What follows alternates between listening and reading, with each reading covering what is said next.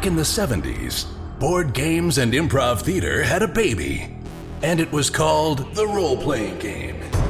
These games allowed a generation of kids to live out their dreams of slaying dragons and saving kingdoms, all while sitting in their bedrooms and basements. Today, gaming has moved into the cultural mainstream, and role-playing games are back with a vengeance. Join us now as 5 of these former kids come out of the basement and onto the internet to experience adventure, mystery, and obscure pop culture references. It's time for Roll for Combat!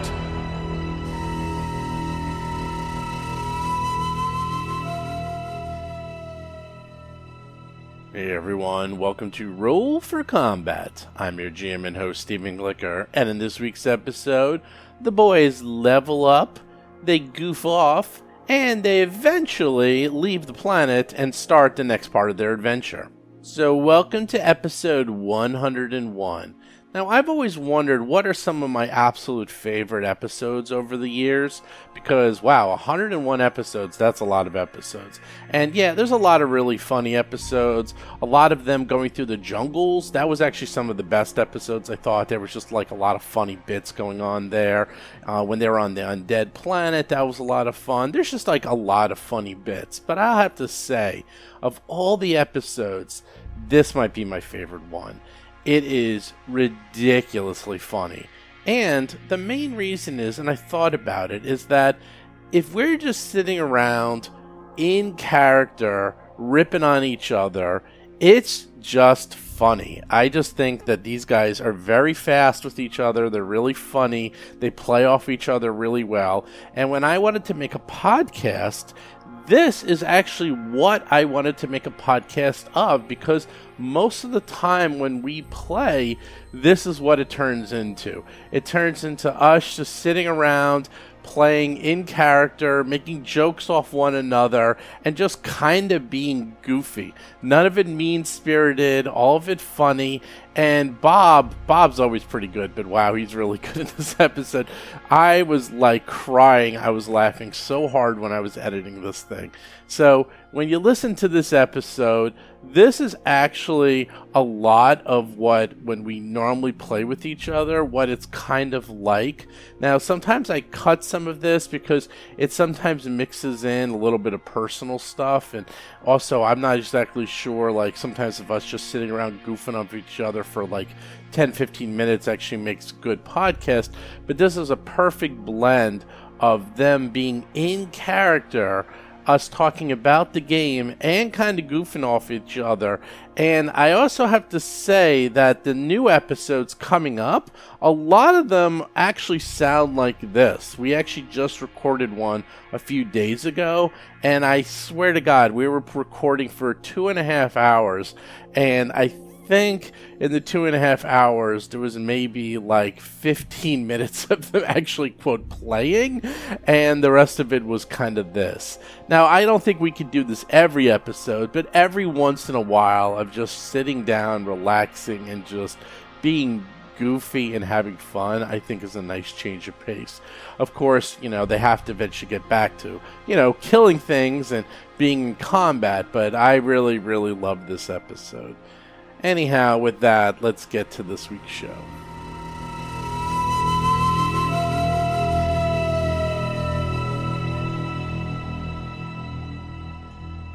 So here we are. You guys have leveled up, level 10. You guys are ready to catch the big bad guys, go after them, go to Moon 2, jump in your ship, find the cult of the Devourer, kill them once and for all, and save the universe. There is no Book 6. Don't worry about Book 6. Book 6 is a complete myth. And with that, we should go through your characters and find out what did you do. Because level 10, you get a lot of new skill feats. Well, you get 4 new skills. Oh, not feats. Skill. Not skills, attributes, abilities, dex, con, all that stuff. Bonus, buffs. Buffs, yes. And this is it. This is the last time you're ever going to get this, because you're not making it to level 15. I promise you that. Ooh. Who wants to go first and tell me all about your amazing new level 10 character? Huh? Rusty. Does. Chris Beamer is playing the Tiefling Technomancer, Akiro the Just. I will be second, because I'm almost ready, but I'm not there yet. Bob Marquis is playing the human envoy, Rusty Carter. I'll go. John Statz is playing the Vesk soldier, Mo Dupinsky. Mo didn't really get what he wanted. He wanted to put a point into strength, and he reached the maximum, I guess. 23 is his maximum for his level. So he could not put any in strength. So I dispersed them throughout the other... You could put a point in, but you only can put in 1 point, not 2. That's the problem. No, Steve, I couldn't put 1 point into it. It was something, but anyway, I only needed 1 point because I'm at 23 strength. I was looking forward to, but so nothing really changed on his character. I think I put it into con, so he has a lot more hit points. Yeah, I think I doubled up. I put 2 points into con. And his charisma went up to 15 as well. Crazy. Let's see, what's his hit points now? They are pretty good. He has 100 stamina for 76 hit points. Wow. And and let's see this. Okay, he also got a combat ability, and I think he took Step Up, which is as a reaction to an adjacent foe, I can take a guarded step away. Or if the foe takes a guarded step away, I can take my own guarded step as a reaction. So. I'm reading right here, and it says you can keep going. So I don't know why Hero Lab was not allowing you to go to 24. Hero Lab didn't let me know. But it says right here, it says... Believe me, I would love to do that. It says you can't apply more than one of these increases to the same ability score at a given level. So, and you can make it go, yeah, you can do it if you really want. You can't actually put 2 into one stat according to this. So, okay, I put 2 into Constitution. Then you cheated somehow. Says right here, I'm reading the rules. Each time you reach a level threshold, choose 4 of your ability scores. Okay, Steve, I'm looking at my level 7 version of Mo, and he has 23. Oh, you're right. No, I actually put a whole bunch in charisma. I put 4 points in charisma. What? Wow. I'm looking at 7th level Mo. He has 23 strength, 16 dex, 16 con, 10 intelligence, 10 wisdom. Okay, so intelligence, wisdom, and con. They let me just put a bunch of points into that. Yeah, my charisma was 11, and yeah, that's just the way that goes. You know what we call that in the WoW community? Filthy casual. That's what you are. A filthy casual. Not. I would like to have. Yeah. Are you putting it into charisma? I put it into wisdom, and I put. Well, it wouldn't let me put. I wanted to put it in Dex or con or strength. Hello. Strength is my. Yeah, it wouldn't let me do that. Or Dex I'm going to try it while we go through someone else's. I'm going to Please do. It. I'll see what I can do. I would love that 24 strength. I'm ready at any time. It depends on Jason and Chris. You go right ahead. Go ahead. No, certainly, that's fine. Now, as far as actual new and exciting abilities, I'd like to express to everyone who's listening to hear that Rusty is a giving person. He doesn't think about himself, he thinks about others. And so the ability that he took this time is that in an emergency, as needed, as a standard action, he can grant to one of his allies a move action, presumably to move them farther away from danger, to save their lives, and possibly to move them closer to where they need to go. But between him and the enemy. But still, the point is that he can actually give of himself to help others, as he always can. So how does that work? How does that work? Oh, I can take a standard action and give a move action to one of my allies. Oh, nice. I see. Okay. Now, for instance, like Mo, you and I have always gotten along because you understand that Rusty is really a nice guy.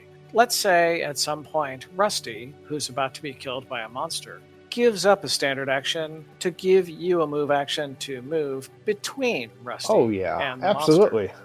That's actually helping you, isn't it? Isn't that? And that's exactly what I will do. That seems very generous to me. Jason McDonald is playing the Ahsoki mechanic Tuttle Blacktail and his drone Cheddar. So generous. I could do something to help myself, but instead I want to give it to you. I mean, he's usually way in the background, though. You're going to have to give him a double move. I don't know about way. I mean, he's a support person who helps others. That's a very good point, Akira. You can help him do the right thing. The thing he should be doing. You can help him. You should also... Does this special ability lead to the ability where you can give Mo a standard action? Because that would be good, too. I don't think that's going to happen before the end of the game. I have not looked forward. At any rate, no, that's not happening now. But what's more important is this is a podcast and there are listeners. And I'd like to be very clear. As of this level, because of a bonus to charisma and other skills, because I also put my extra point in intelligence, I have a bluff of 22, a diplomacy of 19, and an intimidate of 20. All of you out there listening right now, if you don't have a resistance higher than 1, obey Rusty. Rusty is your friend. Be good to Rusty. Praise Rusty. Rusty is like Hypnotoad, and I want you to behave that way forever. Wow, that's going to be a lot of listener loyalty. I'm hoping so, because otherwise he's got nothing going for him, for Christ's sake. If his social skill doesn't work, Rusty's just freaking dead. Yeah, but you can make Mo move, so that's good. Yeah, that's my upgrade. The shorter form of all of that is that my skills got a big boost because I put point into intelligence, which actually rounded it off, and so suddenly I got a huge amount of skill points. Rusty assists everyone, but now he's got a lot of skills. What's your intelligence? It's not huge, but Envoy is a skill monkey anyway. Oh, okay. Now just rounding it to the next suddenly gave, because of the level, like an extra 10 points that just got scattered around. I just wonder if anybody has a 24 anywhere. Yeah, if you think Rusty is that smart, you have not been paying attention to Rusty. No. Are you done, Rusty? I'm all done. Sir Rusty, may I ask for your permission to continue going? Sir Rusty, and where do I send the donation for the Rusty Fund? Can you send me your address? Yeah, what's your Patreon ad? Thank you. I'm glad to know the GM also failed their sense motive and their actual save against Bluff. So yes, you can send all of your. I'll send you all the information of where you send the money to Rusty. That's fine. Yeah. You didn't send anybody to the Patreon page, Rusty. You should say you look for the. The Roll for Combat Patreon page. I've never gotten a cut from the Patreon page. Why? I'm sorry. Yes, the Patreon page. It's very important. Much like, if I'd like to focus you on it, rustycarter.com. Just look for it. Hey, it supplements our giveaways. So I have good news for you, John. I was able to easily add points. So I gave you a 24 strength and an 18 con, and I just took down your wisdom and charisma. So now you have 110 stamina points and all that other fun stuff you wanted. So, congratulations. Really? Nice. Well done. Yeah. I don't know what the problems you were having. Future-proof computer. So far, so good. Oh, and you get an extra resolve point, too, since it's your main stat. So now you have 12 resolve points. Dang it. And you were able to do that in Hero Lab as well. Yes. I'm doing Hero Lab right now. I did it. Okay. But to resist Rusty's. Who is next? You failed. Everyone fails, except... I rolled an 18. I'm going to say something that there are ways. Chris, reroll, and you choose the lower of the two, because that's another ability of mine. Sorry, please, Great. Go right ahead. Keep going. Oh, he doesn't want to reroll. He's like, he's refusing. Yeah. I'm waiting for your reroll. You're going to do it. There we go. What, you John? so failed. 14. Who's next? I guess I'll jump in next. I apparently took the skill Protect Rusty and did not realize it. So that's my new skill. Yay! No, actually, my ability points went into Strength, so I could carry a little more. Dex, Con. Apparently, I decided I'm a frontline fighter, and Wisdom. So because I was actually at the point with Intelligence where I was only getting 1 point for 2 points worth of investment, so I was like, just never mind. So, because I'm already at 24 intelligence with the Mark II ability crystal. So, my actual ability that I added this level is called Portable Power, which means for 1 minute I can actually activate a system, even a system that is dead and has no power going to it.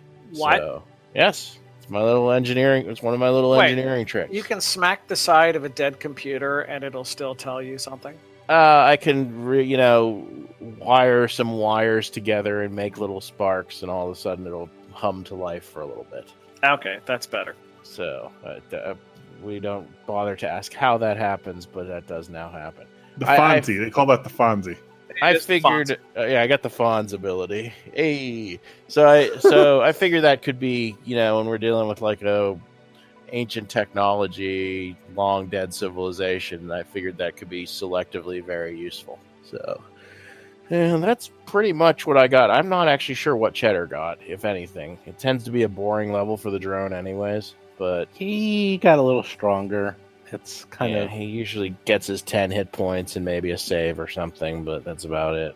his real ability comes with the button at this point. Like his and the thing is, like even if he didn't have the button, he'd actually be even more boring. Like not boring, but you know what I meant. It's like if no, anything, boring is a good word. Yeah, I didn't want to insult Cheddar there, but the point is like the drones don't really like at these levels compared to what you guys get. They just get like a little bit here and there, and they don't really do a lot. So I made the button better, significantly, so it'll do more. So I kind of felt that as he gets higher, he should at least get cooler things. So I think I've only used it twice since the button got improved. I think so, yeah. A lot of cool things on that list. A lot of cool ones. And I named all the powers after puns from movies. So there you go. Oh dear. All right. Well, that leaves. We're done. That's it. We don't have anyone else. So Yep. No, nothing to see here. No, nothing to see here. In fact, is someone invisible? Is that how come we missed you? Yep. Completely invisible, and you won't see them for a while. Even if they hit you on the head, they're going to stay invisible. Because Akiro has become more powerful with arcane energies. Akiro is a little bit quicker, a little bit smarter, and he's been practicing his flying skills and acrobatics. And in terms of spells, he's got the aforementioned greater invisibility, which is quite nice. Dimension Door, which is always useful. And now also replaced one of his older spells with the knock spell. I'm sorry, I have to pause you right there. Acrobatics, Dimension Door, and Greater Invisibility. So all of your effort has been into running away and hiding. Yeah, we call it a tactical charge to the rear. That's how we phrase that. But yes. I'm just curious. Does the Technomancer have any offensive abilities? I mean, there might be, but I haven't seen any. Kidding. No, I haven't seen any employed by. There are options. There are choices that you can make, and really, yeah, I have chosen to go in a different direction. I see. Yeah, So I like one could be offensive if they try. One could be offensive. The self-preservation is very important to Kira the Just. So you can go on adjudicating and bringing law to the galaxy and beyond. And that's it, pretty much. He's gotten a little bit stronger. He is pretty tough now, and he's just he's ready to do his part. I am going to be talking to the Paizo developers a lot this week. I'm going to suggest to them greater mirror image because you should. If there's anyone who could use that, it's you. I'm going to suggest. Well, yes, it and even if it takes up 3 spell slots, I will totally do that. I am getting emails. I'm literally getting inundated with all the editors this week, so I will tell them all greater mirror image. It's funny because they've actually nerfed mirror image because mirror image doesn't scale at all. Like it's like a lot of these spells don't scale at all. Like in their other games, like things like the fireball, it scales by your level. These do not. They have a static number. It's like 10d6, weapons don't scale, so that's par for the course. Well, but the weapons, you can always get a better weapon. And that's what game are you talking about? Well, you can get another weapon. It's just that Mo only does reach weapons, which leaves the amount. Please look at the prices of the weapons. That's all you need to do is look at the prices of the weapons. You have 10,000 credits, and it sitting in your means pocket. nothing. I can get a weapon that's 4 levels underneath me. It's ridiculous. Okay. The prices are high, but we should be getting some money. The reason why I don't spend my money is because I'm saving up for something, and I can never afford anything.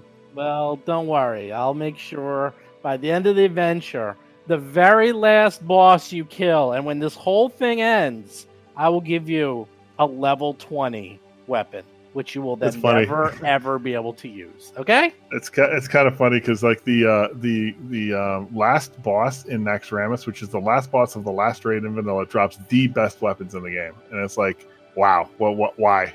What's the point? Oh yeah, yeah, it's exactly that. I don't even know if you can equip it. Okay, so you guys have all your doodads. You guys are rested. Now, last we left off is that you were talking to the good AI, Osteth, and Osteth has told you that the leaders and the other Cult of the Devourer people went to moon number 2, or gate 2, shall we say. Gate 2's controller moon is the exact term. And they needed to get a replacement circuit board. And this replacement circuit board they're going to bring back here so they can open up the gates and take the stellar degenerator and then fly away. And she has asked you to help in stopping them, which of course you guys have agreed upon. And she even gave you a little bit of information about the gate. About gate 12, gate 2's controller move. That she told you there were some people there, and there was 9 organic life forms, as well as a few strange energy signals, and that's kind of all you know. And what I have in my notes is that the cultist leaders are actually on the second moon or / planet of the system, depending on how you look at it, and they're trying to actually just simply open the gate to enter the demi-plane that allows control of the stellar degenerator. Yeah, close enough. There's 12 suns, and there's 1 moon per sun. You're at sun number 6, I think, and you need to go to sun number 2. And within the controller moon, none of the other moons have life. This was the only one that has life. All the other ones were completely dead. But she went on to explain that you fly into the moon, and deep, deep inside the moon is controls for the demiplanes. And they're ransacking that controller moon to find the replacement circuit board so that they can open up the gate and steal the weapon and then kill everyone. So that's where you're at. We must stop them. Do you have any questions since we played last that you want answered before we begin? Yes. Okay, keep those to yourself. Now let's go. Did I get the I'm trying to see if was there a pistol that was up for grabs somewhere?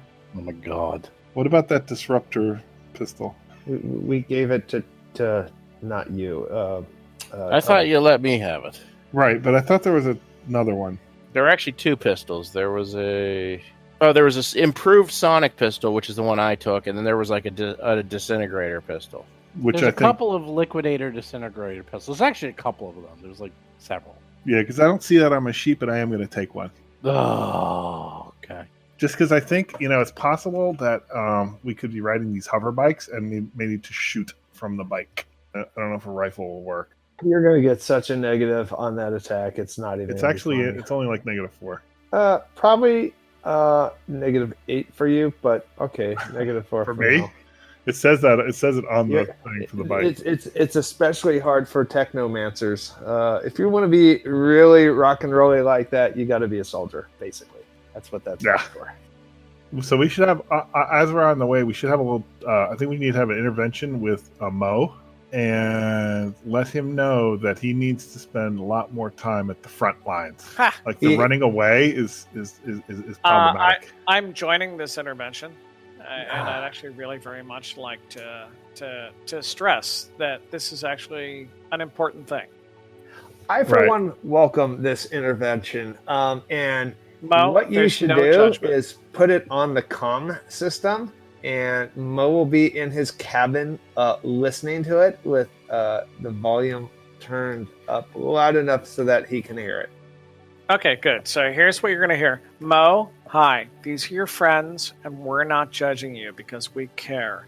We've contacted the Vescom world, and we've described what you've done, and they're ashamed of you. Every single one. All the Vesk have told us that you should definitely be better, so much better. You need to actually go towards the front like a brave Vesk and not like a cowardly little Vesk. Right. So Wow. they just want to care for you so that you Wow. can be a better person. Lead by example. Okay, so this is what you hear. By the time you say, Mo, you hear a little click inside of Mo's. Kevin? Lost him at Mo. He's like, oh, robocall. Just clang up on them. Okay. I mean, Rusty, if you have ways to force him to move, then that's we like that. Like a marionette. Sadly, it actually leaves the option up to him, but still.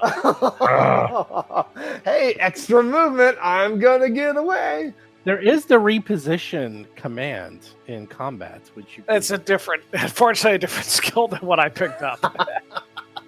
It's like, it's reposition. You're supposed to use that on enemies. No, but in our party, we use it on each other. I mean, I've seen so many fights where Mo runs right past me like he was like a bat out of hell. Like he is in full retreat mode. Nobody Right past remembers me. that. Nobody Right past- remembers that. Right past the magic user. I think during this intervention, you should also say anybody who has spells should have them memorized before you go into combat, and so you can use spells during combat if you have spells. I do have spells. That's only. I wouldn't know. I would not know. If he's I know not. mirror He's image. not singling I anyone know out. of No, mirror nothing image. at all. No, look, he's just talking about in general people with spells. I got Mo's back on this. That's great. I think mirror image actually is a natural ability at this point. You've seen it happen And- so many times. And that Akira really isn't a spell caster at all. Akira, let me. I'm thinking about this for a second. You have mirror image. You have the ability to naturally teleport. You have the ability to fly. You have dimension door. You have greater invisibility. Are there any other ways in which you can retreat from battle? Or have I named them all? I don't have it, but there might be an expeditious retreat, I would hope. So you have 5 magical ways to leave battle on the fly. That's what I'm just saying. I'm just saying. Not counting Rusty's move command thing. Which don't Yeah. count on. That's a standard action of mine. Oh, that's not magical. That's right. Sorry. And I feel like I should be on the hover bike at all times. That's another thing. So- I can do my best work from the hover bike. I don't even know how the hover bikes would work. But anyhow, yeah. Is there any more interventions? Are you going to be like doing subliminal messages while everyone's sleeping to try to make people like do what they should be doing during combat? Rusty Well, yeah, is a good yeah. leader. Rusty is somebody you should Exactly. trust. Rusty Carter is your leader. You should follow. I'm actually curious. Rusty Is Carter. Tuttle gonna actually like do anything crazy with Cheddar, like between the interim between one star and another? I don't really have the. I mean, rebuilding him's about all I can do. Okay, I didn't know if he got any upgrades. Well, the even levels tend to be kind of boring for Cheddar. Oh, okay, all right. I will say that while you guys are discussing this, that Tuttle finds some funky looking sunglasses on the floor and he puts them on and then he sees subliminal messages all over the ship. What? They live. And not about Rusty. What? All about Rusty. Rusty has and then you actually see what Rusty really looks like, and he looks just like those creatures from They Live. I love that movie. You're seeing the Rusty from the Upside Down. That's what you're saying. Uh-huh. And he's like, that explains it. No wonder. He's like, I'm here to kick ass and modulate plasma conduits, and all the plasma conduits have been And all the plasma modulated. conduits. God damn it. Nice. Rowdy Rodney. Rest in peace. So no more interventions. Let's get to this planet. The only last thing is, what weapon were you? Did I give you the weapon you're supposed to have, Tuttle? Let me look. I have tunnel. the minor disruptor pistol, which is like a 2d6, which is a moderate Oh, I upgrade. did give that to you. Yeah. So I look good there. Okay. With that, you guys off to go to Gate 2, Moon 2, Controller 2. You're going to the second place. That's all. There we go. You're going to Moon 2. You guys ready to go to Moon 2? I'm ready to go to Moon Ready 2. to I don't go. know if the other guys are. Okay. Right before you go to Moon 2, you get a short-range communication. And on the view screen, you see Ostreth. And she says to you, "My new friends, with much time over the past few days, I'm confident to think I've come to a difficult conclusion. The stellar degenerator must be destroyed. Even if this cult of the Devourer were defeated this day, there is no guarantee the location of the Gate of 12 Suns will stay hidden. The Civ superweapon cannot be trusted with any people, no matter how peaceful and well-intentioned they might be." She grows somber for a moment. "Though the events happened before I was born, I heard tales when the Kish used the degenerator to pacify a terrible enemy that threatened us with obliteration, and the results convinced my people to hide the weapon away." Oztek's image disappears, and the entire room is filled with a holographic display of an unknown solar system. Her voice continues. "Some were killed instantly, caught in the energy transference beam when the stellar degenerator turned their sun into a black dwarf." The hologram shows a ray of light streaking in from outside the system and hitting the sun. The tether pulses with energy, tearing apart starships and even moons in the general vicinity. "Those were the lucky ones. Within a week, temperatures across the system dropped to below freezing, and with no sun to sustain it, plant life began to die shortly thereafter. The sun at the center of the system shrinks and grows dark. Digital displays appear near each of the system's 10 planets, showing the decrease in temperature and light levels. Hundreds of millions eventually starved to death or were killed in skirmishes over food. Another numerical display shows a rising death count. The mass of the black dwarf wasn't enough to keep its planets in orbit, and eventually they started to drift outward, spinning erratically into the inky depths. In the hologram, the orbits of the system's frozen planets wobble, and the farthest world disappears off the map. A terrible way for people to go extinct. The lights in your chamber return to normal as Oztek reappears. So, you can see why the stellar degenerator must be destroyed. But to do so, we must first open the gate. I need you to go to Moon 2 and not just defeat the cultists, but bring back the circuit board as well, so that I can open up the gate and destroy the stellar degenerator once and for all." But the power! Yes. Well, luckily, we can trust this device in the hands of the Vesk Empire. They have the finest technicians in the galaxy, really, for military items. So we will take that under considerations, but we have really good plans with the Vesks. Also, to make certain that we understand exactly, what you're saying is that this component that you want us to bring back to you, that's actually the command component that somebody could use to take control of the stellar degenerator? Is that correct? No, the component will allow the gate to be opened, but only with my command. I see. So are there any other components that would allow someone to control the stellar degenerator that you want us to bring back to you? No. No, we're going to destroy it, not going to bring it back. That's what she wants. No. The stellar degenerator is hidden within the demi plane. John, clearly Rusty wants to take control of the stellar degenerator at this point, if you haven't figured it out by now. All right, go ahead. I'm sorry. Please? The Gate of the 12 Suns is merely a portal, an accessway to the stellar degenerator. The stellar degenerator is a weapon, self-contained. Okay, so once somebody were to go through the gate, though, they'd be able to control the stellar degenerator no matter what? Is that what you're saying? That's horribly dangerous. Yes, perhaps. Although it would require a crew much larger than your own. So one person could not do this. Well, no, that's very definitely encouraging. Not. I must say, that's very encouraging.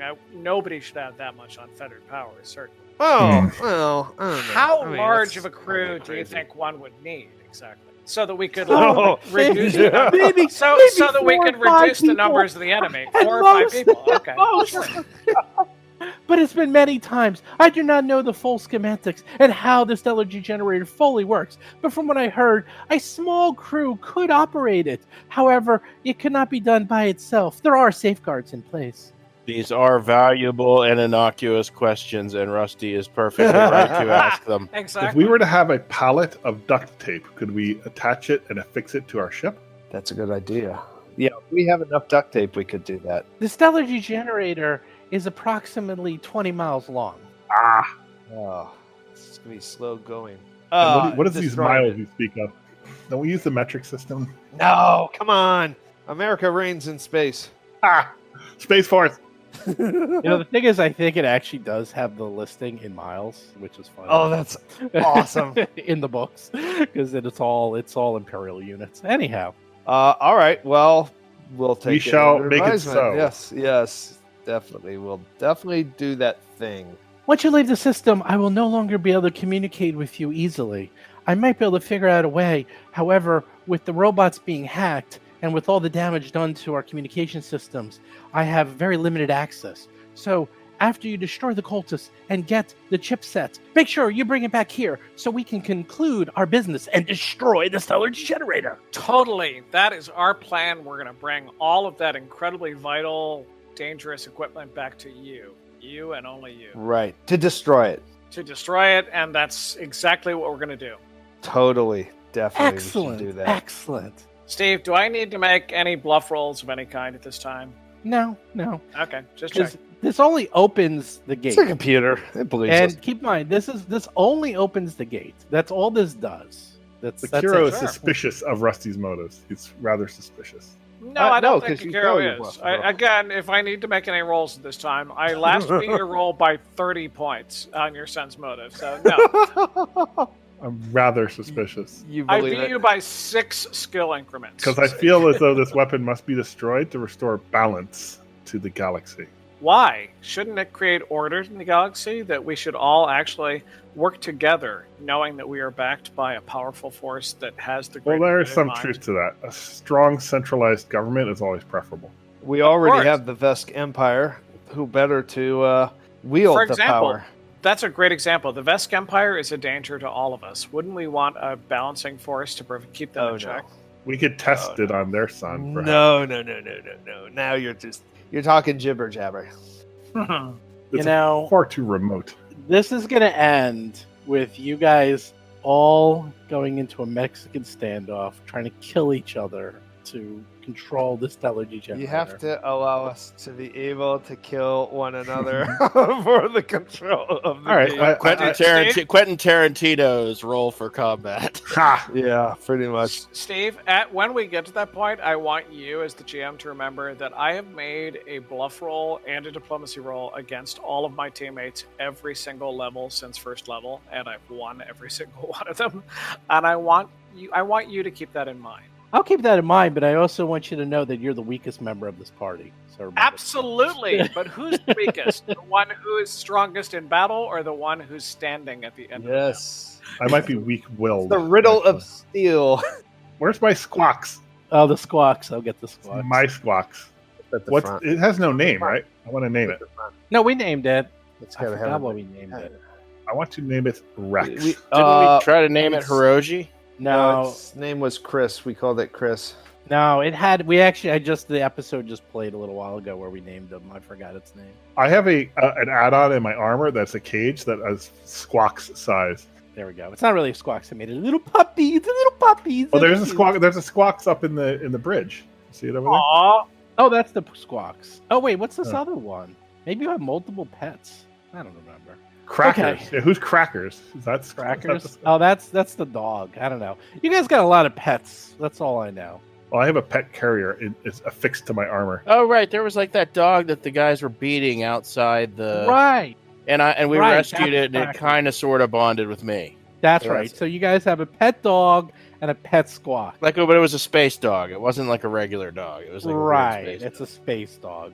It can We fly have the a little. smelliest ship in the galaxy. Well, that's because of the Vesk. I ain't telling. It's not the other. Well, I'll tell you that right now. That's true. Hey now. Hey now. So, with that, who wants to go to gate 2? Me. Okay. Okay. Based on previous experience, when we get in our starship and we go to the next planet, there'll be nothing in between there. So why don't we just say we're there? Okay. As you start firing up the thrusters and you decide Yeah. to get to gate 2, the gravitational anomalies result in a strange composition of space eddies and time vortexes. Give me a piloting check. All right. I'm on it. Uh-oh. Who's going to be piloting the ship?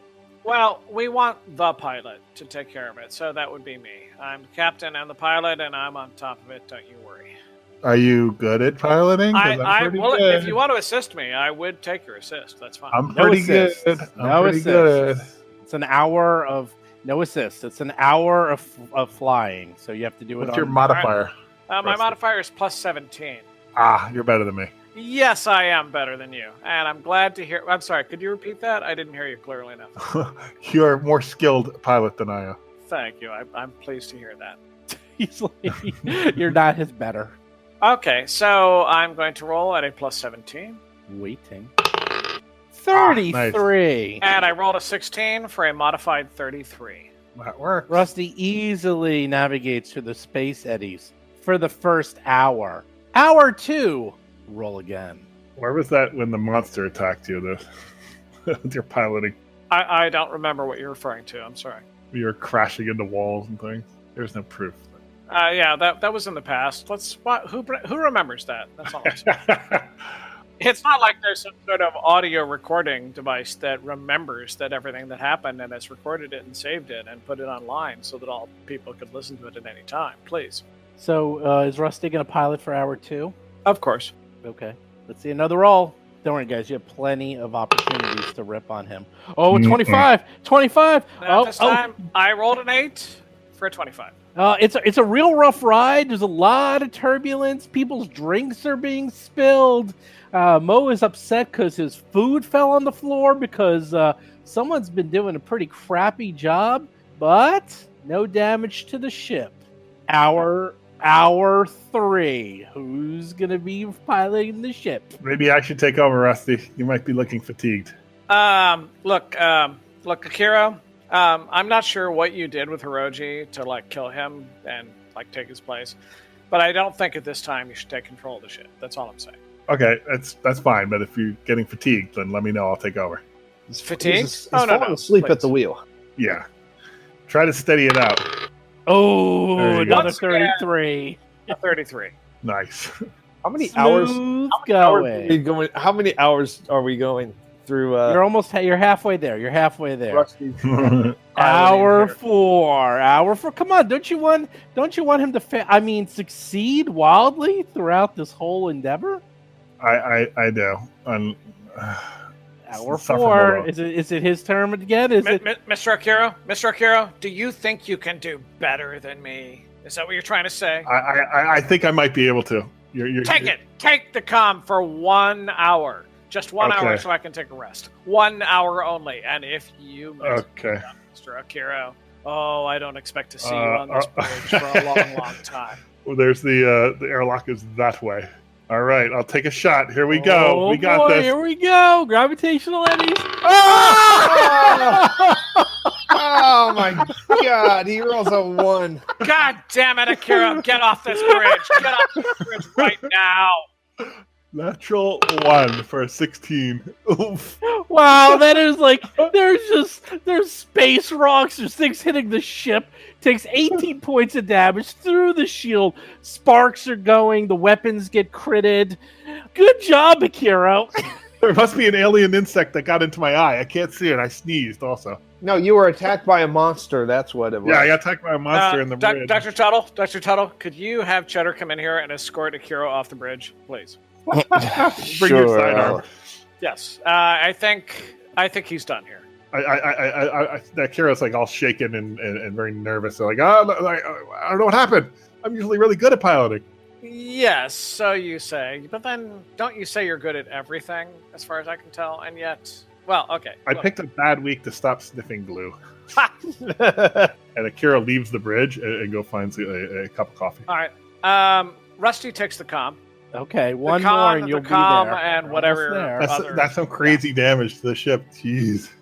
there. Shields up. I think you hit the same creature that Rusty encountered a few Exactly. episodes ago. I think that's what that was. Yep. It was the yips.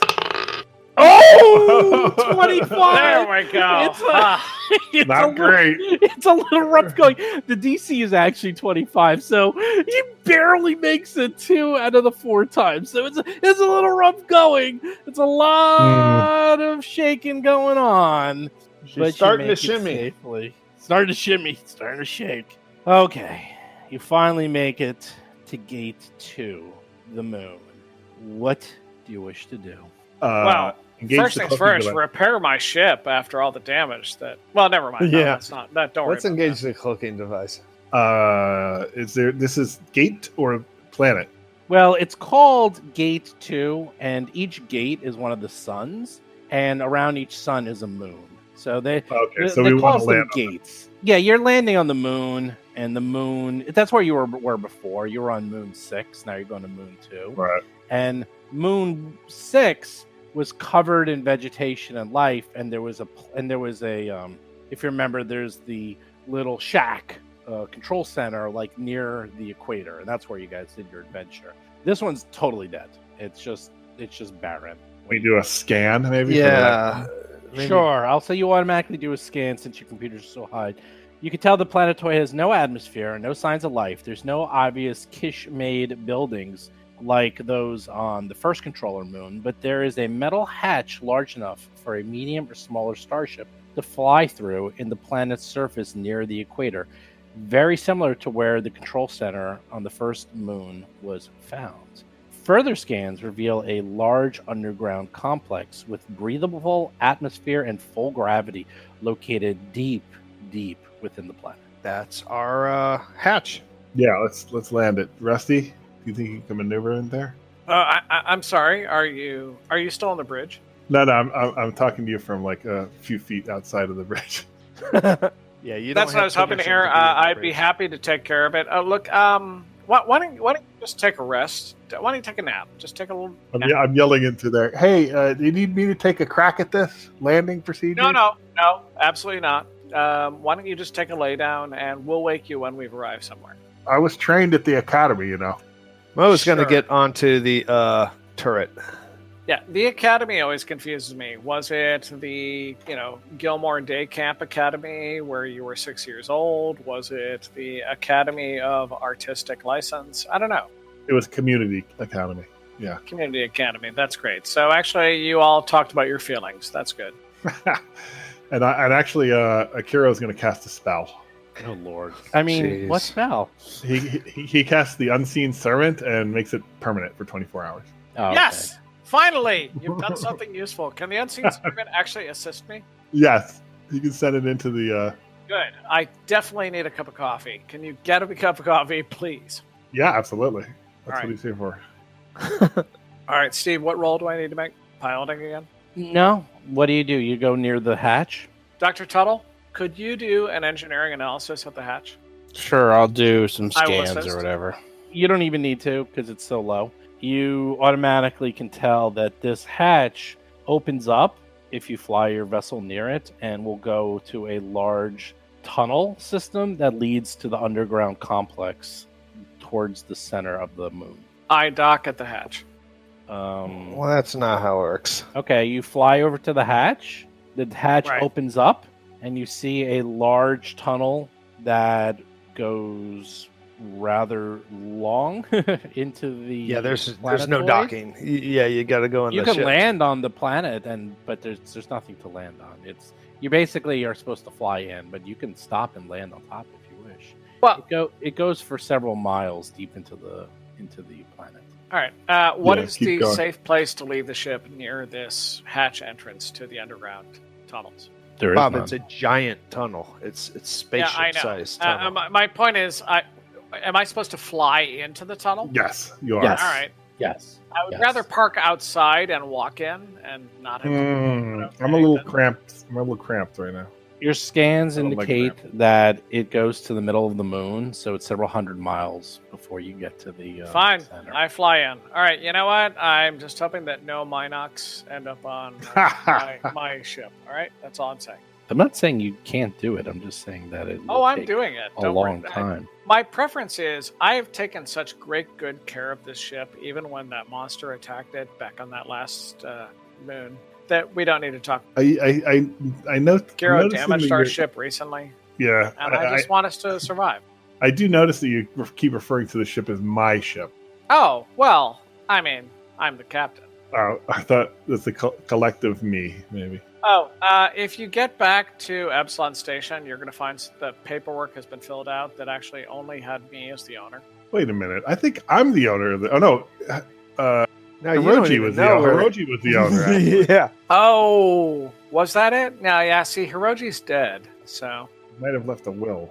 We'll have to research that later. But anyways, yeah, let's keep going. I'm ready to. That we might gotta be kill the these cults. paperwork he's talking about. You fly through the hatch, and you see a large tunnel illuminated by strips of lights. It is quite well maintained, and it is obvious that this tunnel was designed specifically for this purpose, to fly into it. You fly down the tunnel for 2 hours, where you eventually get to a spot where it branches off into 3 sets of hangar bay doors. There's a hangar door bay to the left and the right, in which a green light shines above those doors. The hangar bay door in the middle has a red light on top of it. Ah, that means that there's a ship in that hangar. These hangars are easily large enough to house your ship. So there's one to the left, and there's one to the right, and the red one is in the middle. What do you do?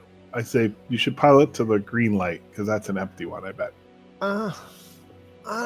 How far away are these like hangars? Are they super far away? Like, A couple 100 feet at most. that's not bad. That's not bad at all. Yeah. No. Yeah. The tunnel leads to this hangar area where there's 3 entrances. In fact, I will put you on the map. Yeah, so our pilot has to decide left or right, basically.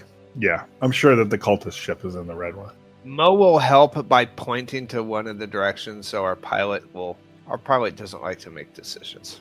There you go, the That's new map. weird. What is that? That is weird. So what is that?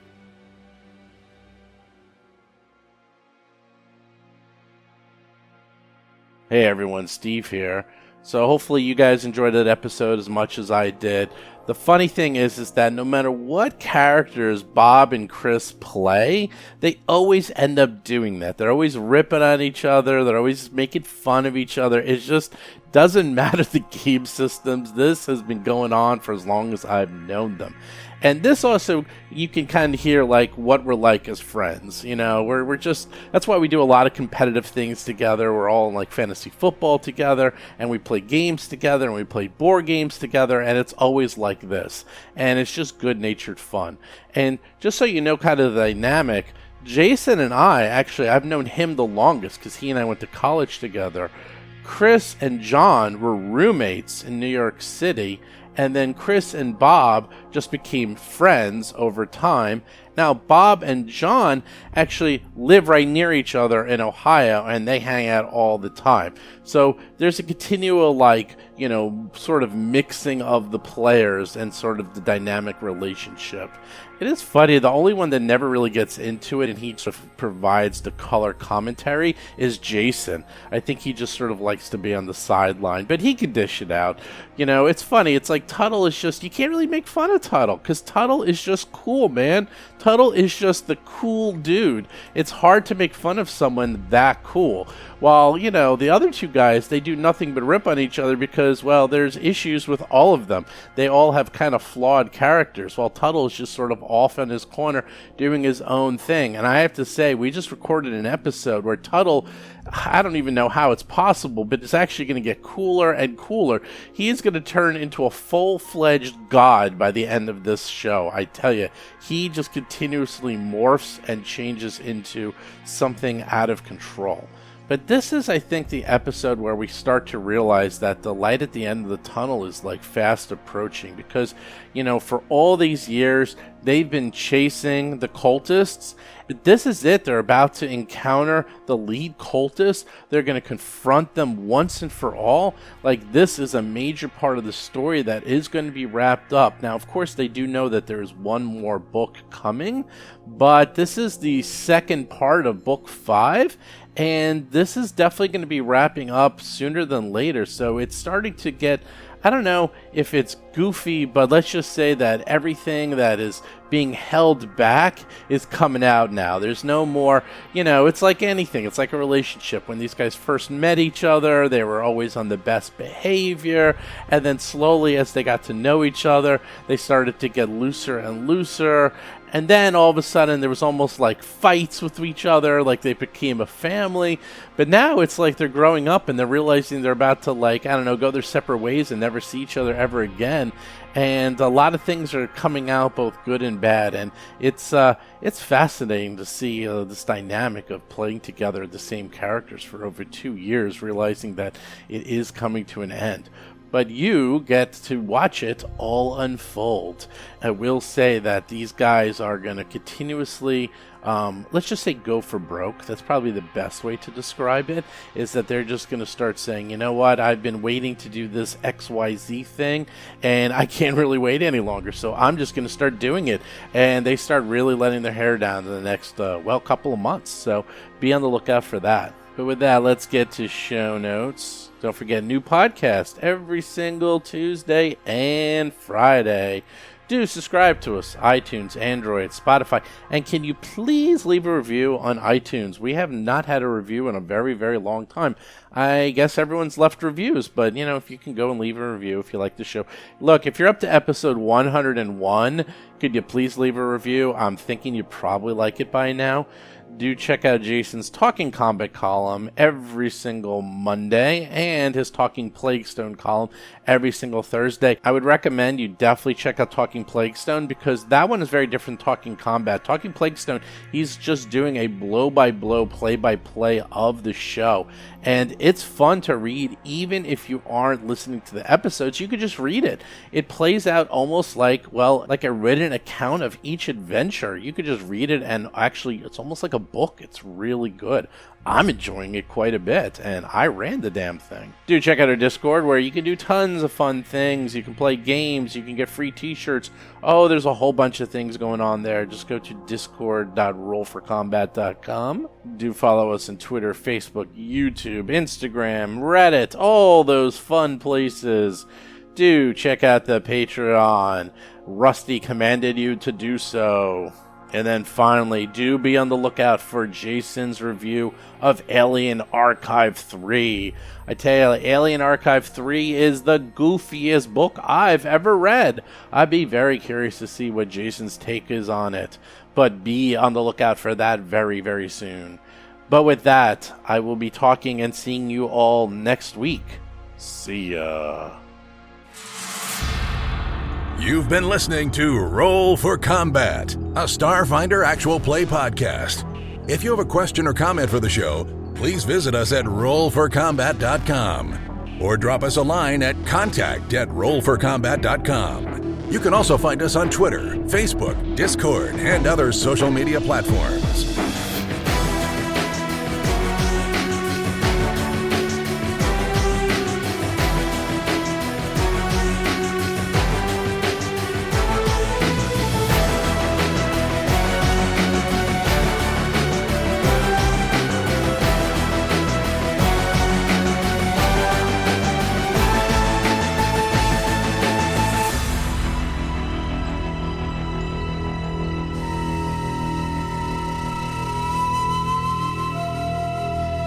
You've been listening to Roll for Combat. Until next week, always remember Tuttle's motto, I've met food rehydrators smarter than you.